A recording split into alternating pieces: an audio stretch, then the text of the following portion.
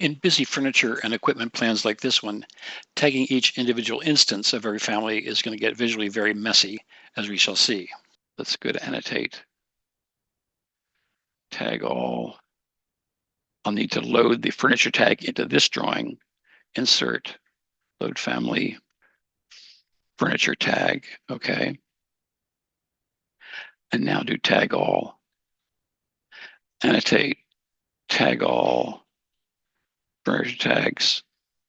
I'll say without a leader. And you can see the sort of mess that this gets in, especially since those tags, had been a Department of Defense project or Army Corps of Engineers, and they wanted everything with these very specific tags that don't even fit inside the symbol, whatever, and they all stack on top of each other. It's a mess. It's just a pain to have to deal with things this way. So I'm going to undo that and demonstrate another way to connect the visual element on the drawing to the textual information about it. Let's just see what is involved in making a legend that will make this clearer. So if we go to View, Legend, we just want the legend kind, the graphic kind. We're probably not going to get to keynotes. Legend, and we'll just call this Furniture Legend. Or Furnishings Legend or something like that. And I want its scale down here to match the scale of the drawing that it's going to be next to. So a given chair is going to be the same size in both of them, and just make it really clear. And then all we do is go down to Families in Project Browser, scroll down to Furniture, and under each family is one or more types, which are what you simply drag into the legend.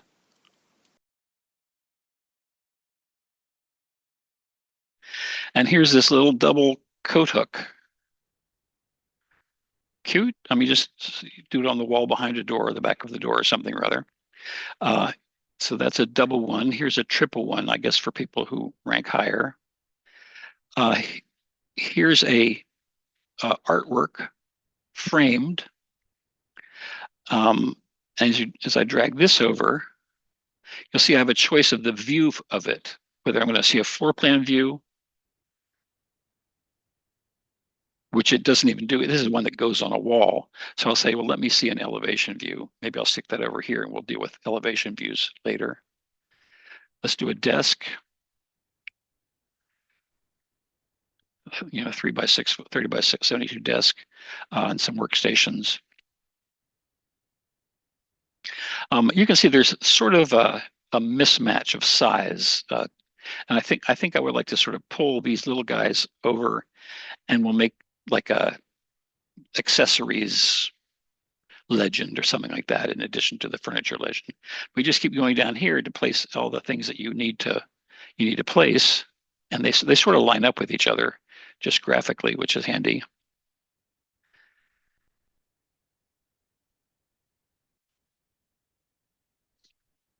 Anyway, so you can see what's going on.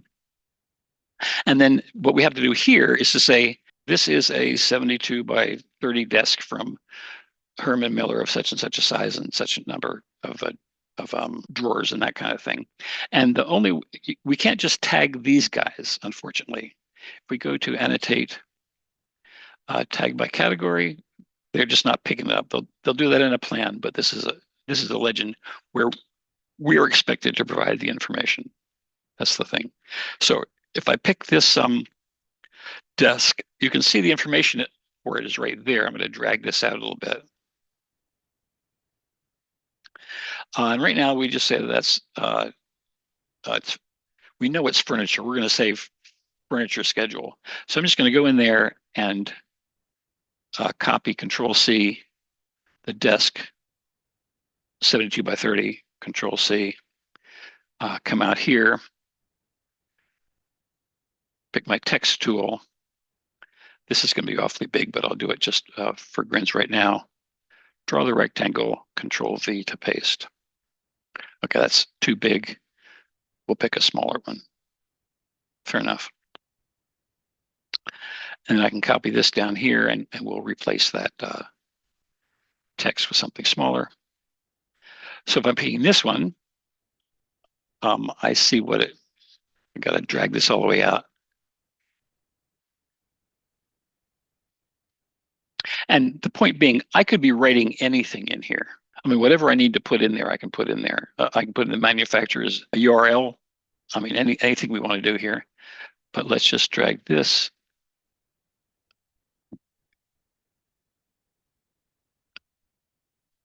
You gotta be able to see it all to grab it all.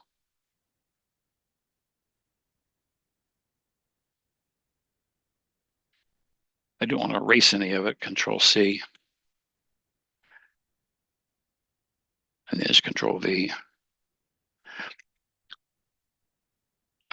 And I can choose how I want to format those guys. And then this is just text, so I'll put this up here. Maybe change that to say furniture schedule.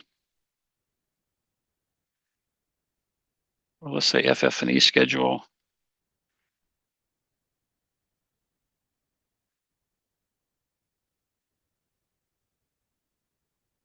Change that to the bigger font.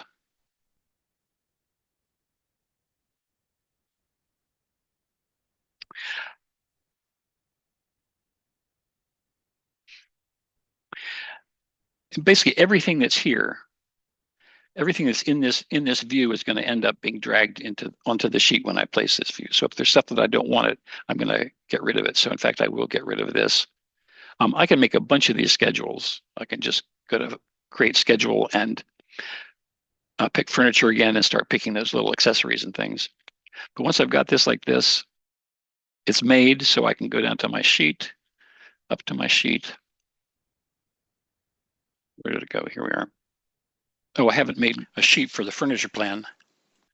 Right click, new sheet.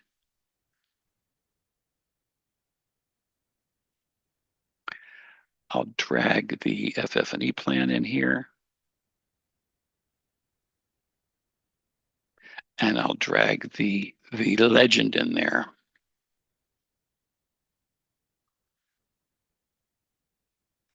And maybe I need to move stuff around. Maybe I need a bigger sheet.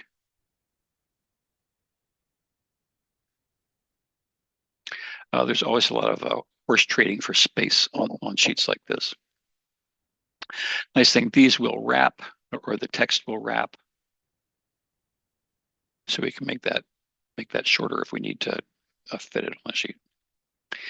At this point, I still need a schedule though for this. The Navy wants to know how many of those chairs, how many of those coat hooks, how many of those whatevers. So they also want to know what's in each room. So to that, I think what I'm going to do is do a bigger sheet, just so we can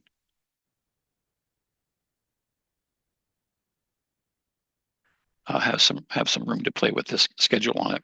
A schedule listing the contents of each room is going to be a very long one, which we're going to gradually shorten and refine and divide so that we can tell how many chairs we have in which room. We'll see how that goes. So we'll go to View, Schedules. And this again will be furniture, since that's what we're dealing with.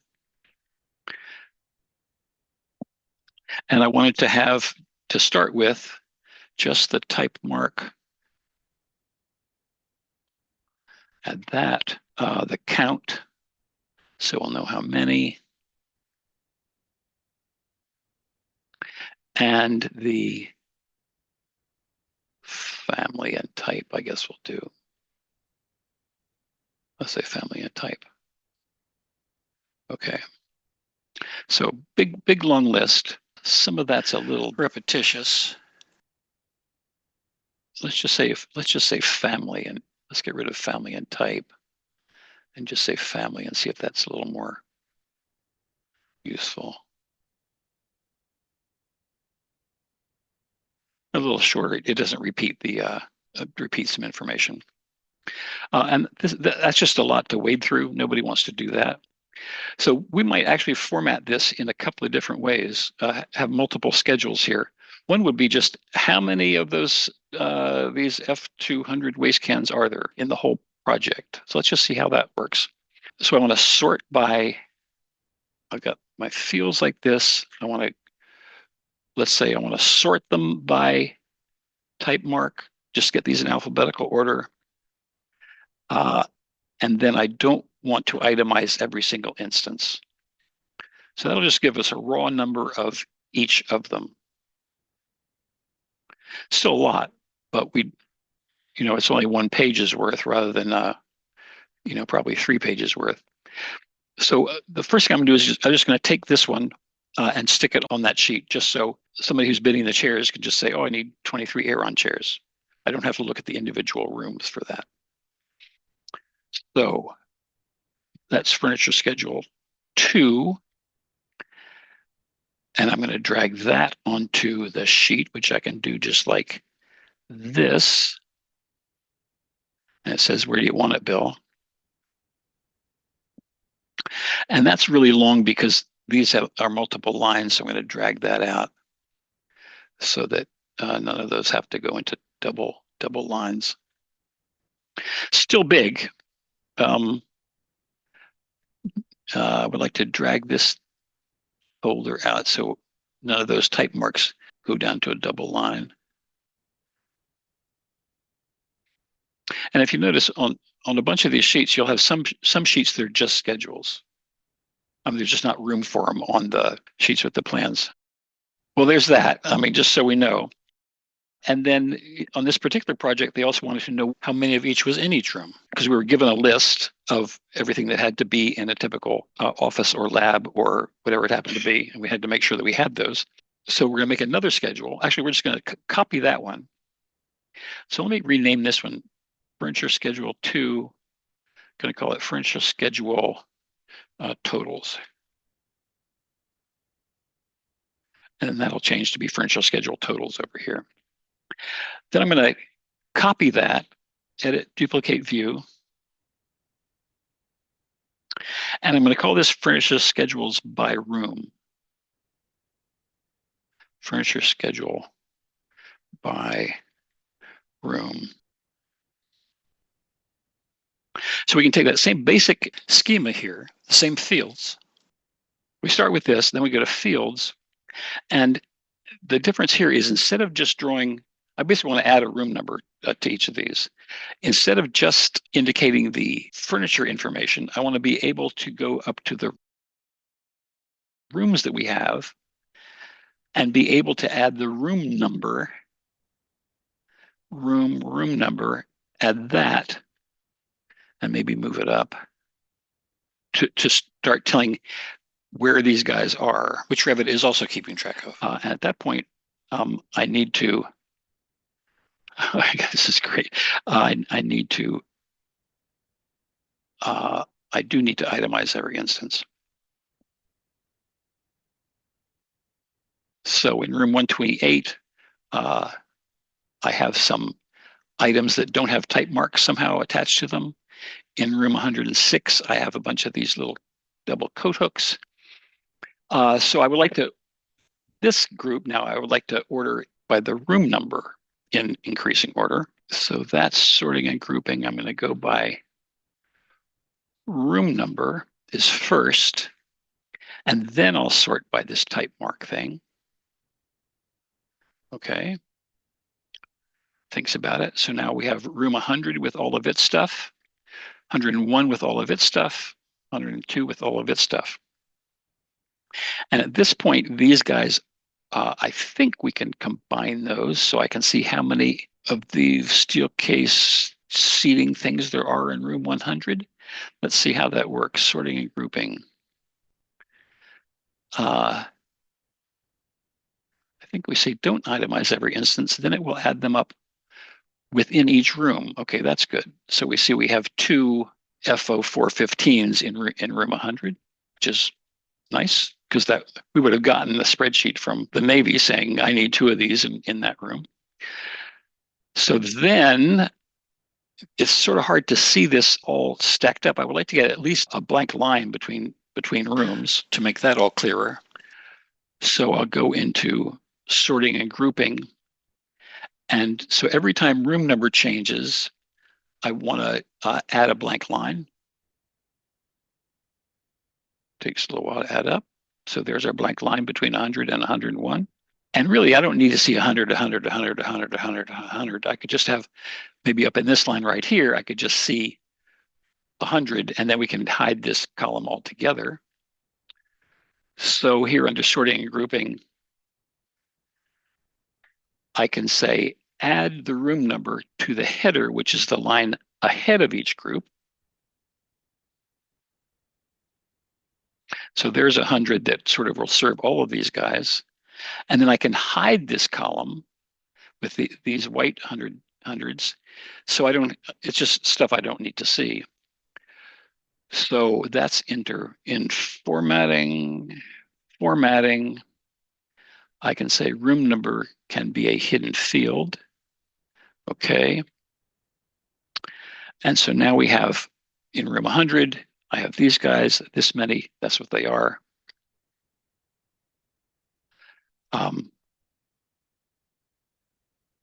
And we can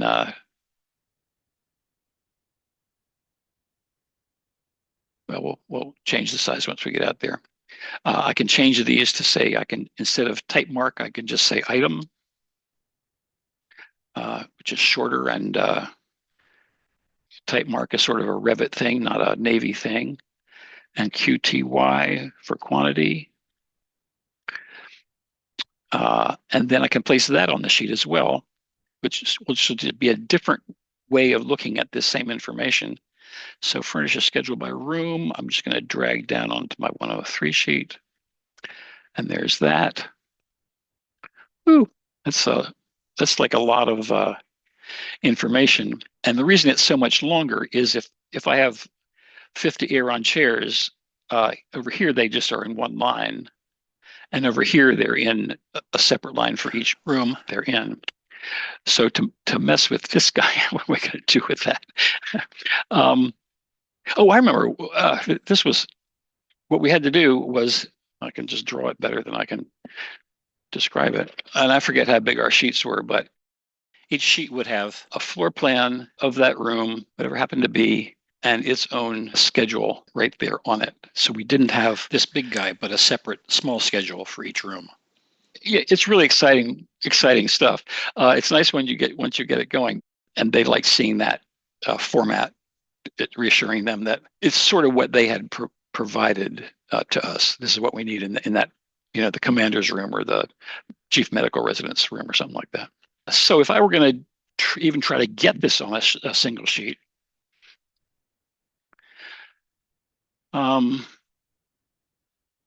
well, for one thing, I can see these are doubling up. I'm going to open that up until none of those are double lines. So that'll make it some shorter, some shorter. And then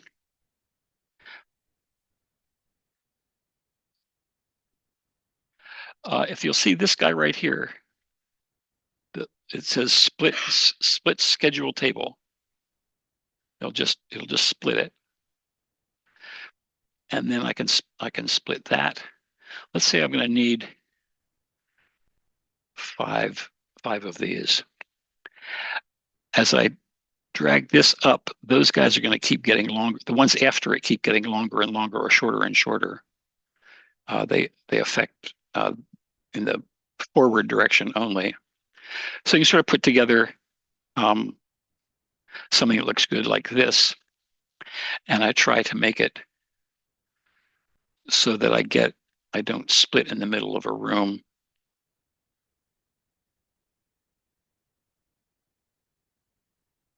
Something along those lines. But as you can see, it's still going to be a big sheet to do that, which is why I know we didn't do this. We did it room by room. So the way you make a schedule for just a single room, let's go for that room 101, that room 100. If I want to see the schedule just of room 100, just this information right here, same information, but just one room, I would go back to here. I would duplicate this room, duplicate this view, duplicate furniture schedule, and I'm just going to call this room 100. And what we're going to do here is filter. We're going to include rows that only meet some criteria. So I'm going to filter to say where room number equals 100. And then we just have this to deal with. And we just put that on any size of a sheet next to the enlarged room 100 plan and do the same thing for 102, 103, 104, as far up as it goes. So we could put that on a sheet just to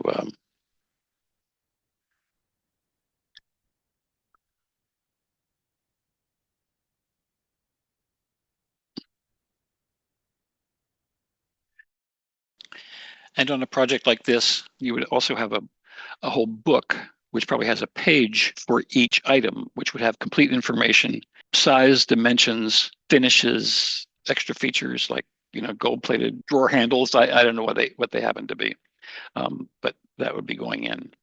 And these last couple of days have been like, this isn't the exciting part of design, but this is the making it real part of design. If you're not going to do it, who's going to do it?